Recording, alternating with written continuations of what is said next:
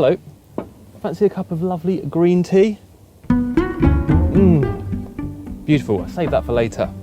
There's an unprecedented change happening in our cities, from removal of polluting vehicles in the centre of them to cycle lanes and remote working. Everything is changing very quickly.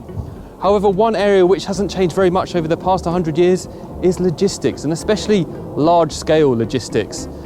Over time, drivers have suffered from poor working conditions and have driven these diesel beasts all over the country, putting out a lot of pollution. But that's set to change, and that's set to change with a company called Farizon and this mega truck behind me here. This is the Homtruck, and this is fully charged. Farnborough, Amsterdam, San Diego, Sydney, the #1 festival for clean energy and electric vehicles is coming to you. Whether it's fully charged live in Europe, supported by Mobility Service, or fully charged live UK, supported by LV, we cannot wait to see you there.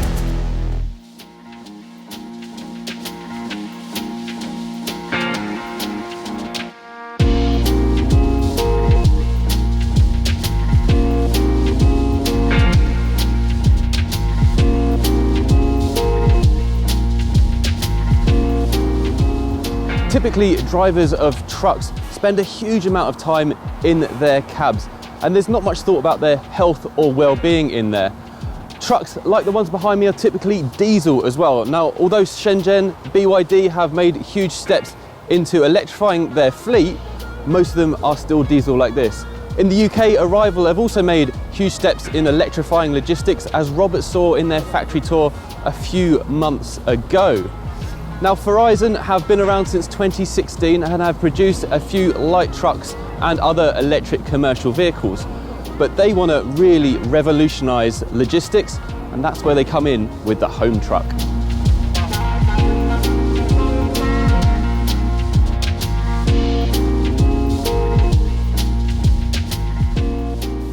So as you can see behind me is the front end of the Homtruck, and it looks terrifying, and I do have to say, this looks like it's come straight out of Blade Runner.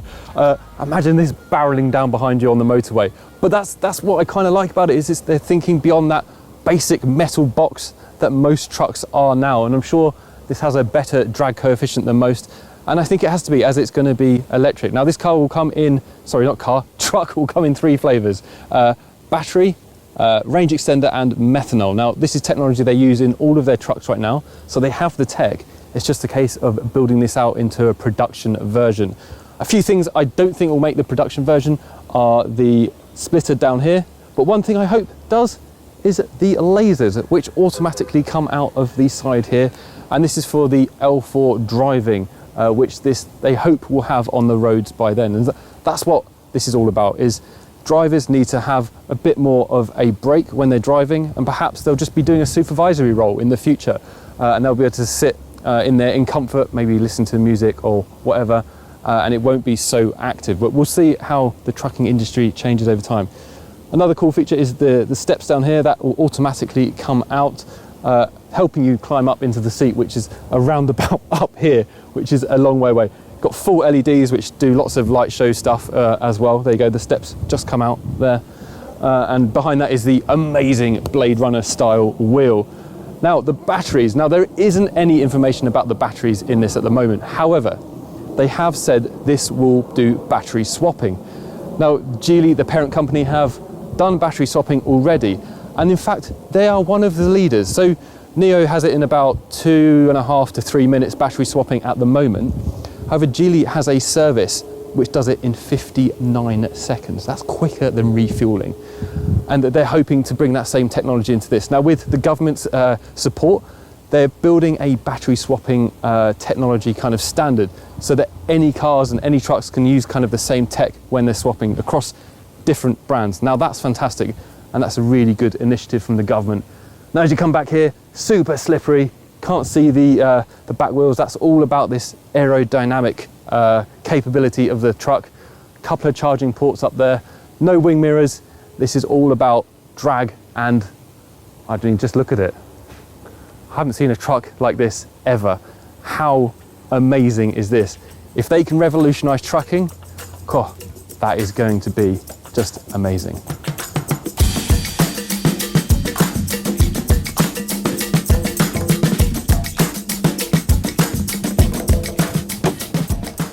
we go, getting in. There's 4 steps to get into this massive truck. Hey, and there we go, we're in. Now, I have been in some trucks in the past and they're not as flash as this by any means. Now, I'm surrounded by screens. This is a working concept. It must have cost probably around $10 million to actually just build this. So it can drive around on the road. I've got working screens. Some of these buttons work as well. But the most important thing is that this is lavished with lots of sustainable materials. There's bamboo wood in the dashboard here. I know this cloth is a sustainable material as well. And the floor is wooden, like a boat. It looks very plush and very unusual for a truck. And I'm blinded by light on my head here at the moment because the whole roof is this panoramic screen, which is providing me with a really big sense of space in here. However, it's what's behind me that is the most impressive. So let's have a look back there and see what I'm talking about.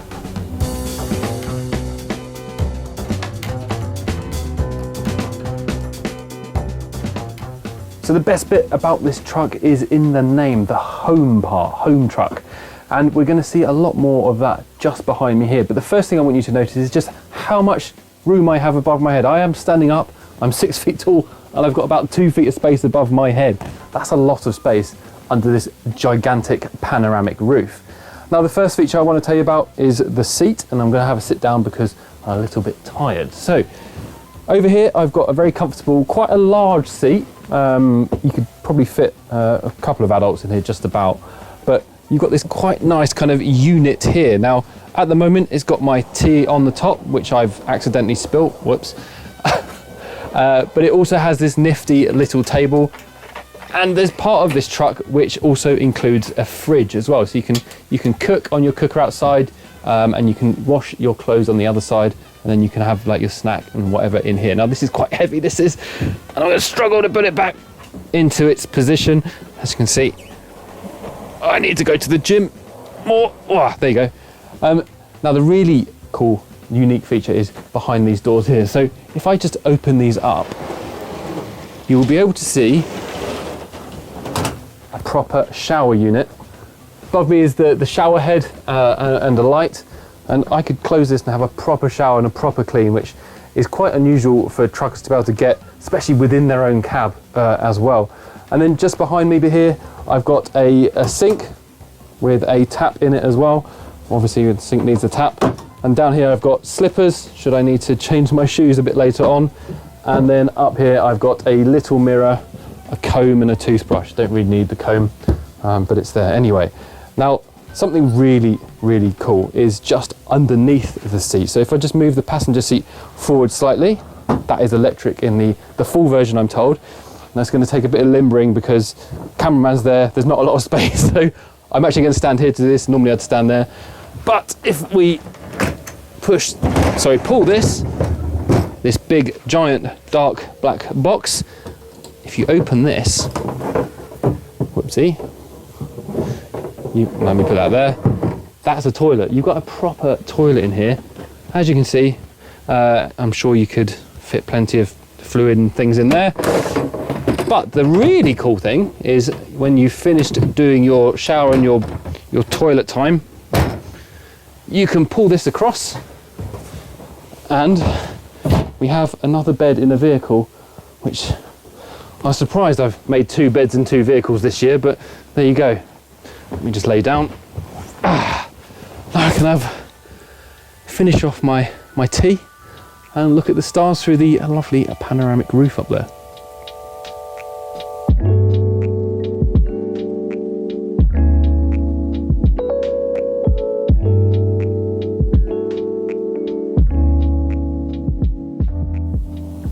Now, this being owned by Geely, of course, it's packed with all of the latest technology such as 5G and the LiDAR and all of those things over there. But it does have some really practical parts as well. And one of them is hidden behind here. Now, you saw my tea set earlier with a fully functioning hob and a sink.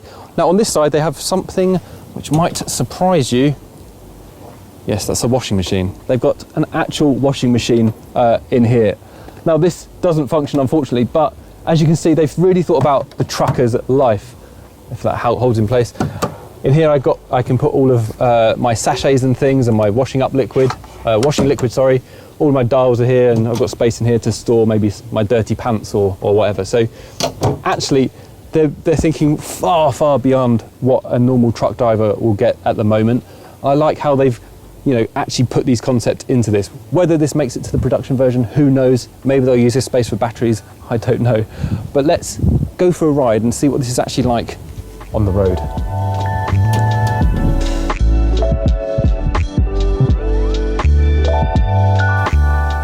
So here we are, we're actually going for our first drive in the truck.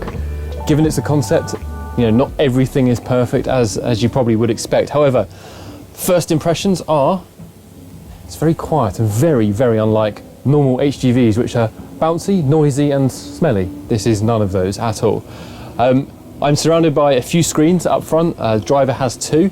And I've got a screen down here which I assume is for either the camera out the back or the wing mirrors. So it doesn't actually have any proper mirrors. It's got the cameras for wing mirrors. They're hoping that makes it to the production version. Also, we don't know how many kilometers this does in EV mode. This is the EV concept, it's not the methanol one. However, I did see on the screen earlier it said 1,200 kilometers, so perhaps they're aiming for that kind of range for this. The thing is, it doesn't really matter because they've got the battery swapping, and if you can battery swap, you've got locations not too far away. You could do a few kilometers, stop and then swap.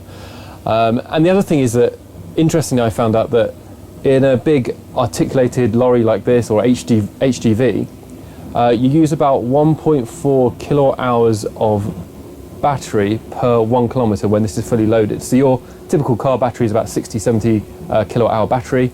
So it lasts around about 40 or 50 kilometers.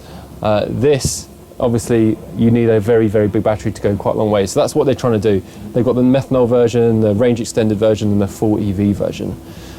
Now, I have to say that the feeling of space in here is remarkable from such an HGV. This panoramic roof makes such a huge difference in that feeling. You don't get this in any other kind of trucks or lorries at all. And I'm feeling very high up, very comfortable. Unfortunately, I'm not driving. I wish I could drive, but with such an expensive concept, probably a good idea that I don't, in case I do drive it into a wall or something.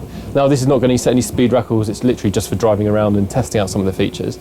But I am remarkably surprised at the comfort levels in here. And the softer materials do make a huge difference, because in a truck you're just surrounded by the cheapest plastic. Logistics is the last industry really to have any care of attention paid to it. So they're always trying to find the bottom line. What's the cheapest cost to, we pay, the cheapest wages, and we pay for the cheapest trucks and with the cheapest materials. They don't really care about any of this. This is the first time I think I've seen any company pay any attention to these materials. And it really is quite a transformational space. Luckily, my camera guy gets to enjoy the big sofa seat in the background there. But I would say my seat's not bad either. So we're not going very fast at all. We are fully laden. This doesn't have a huge range at the moment. It's coming towards the end of the day as well. So some of the interior lights are coming on. They're lovely blue LEDs up there. And it's quite bright in the back, so if you needed to read a book or something, you could do that. And this dashboard isn't just for good looks. It's got lots of pockets of space underneath. Huge trays come out where you can store things, and it's obviously got cup holders right next to the driver as well. He's got a square steering wheel with a screen on it. I don't know how practical that is, but it's there should he need to have his range, or maybe it could be used as his tachograph. So they're hoping these trucks will have OTA updates by 2024. So very much like a lot of cars now, it's going to be updated to be more efficient, maybe new features, and that's a really great thing. No other truck has that at the moment. It just shows you how far Farizon are thinking ahead in terms of future-proofing these trucks and actually making a huge difference in logistics.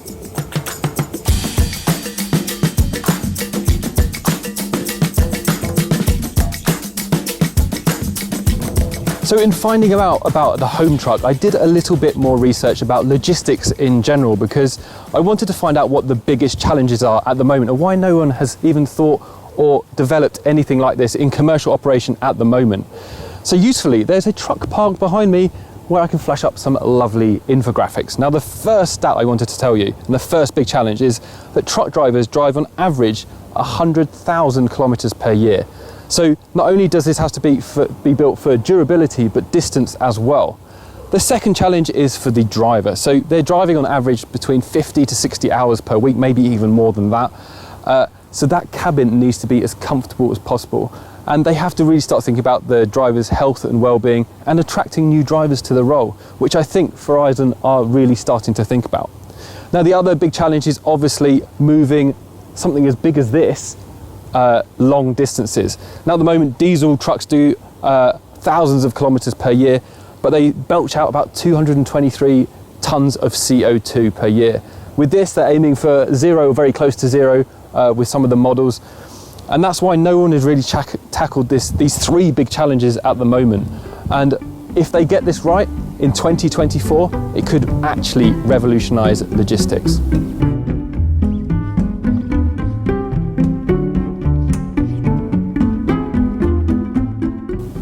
Over the last 10 years, Geely have really not only transformed themselves, but transformed the companies they've taken over. Companies such as Lotus, Volvo, Polestar, and their own brand Geometry have really come such a long way. And they've kind of done it in the background, very silently, not getting a huge amount of press. Now, if they can have that same quiet revolution with this, that would be absolutely incredible. Now, this quiet revolution, I hope, will bring Farizon a lot of success. I'd love to see these on the road, hopefully by 2024, 2025, we all will. And trucking will be truly revolutionized. So that's all we've got time for. I hope you've enjoyed this episode from China and us looking at trucks for the first time from China as well.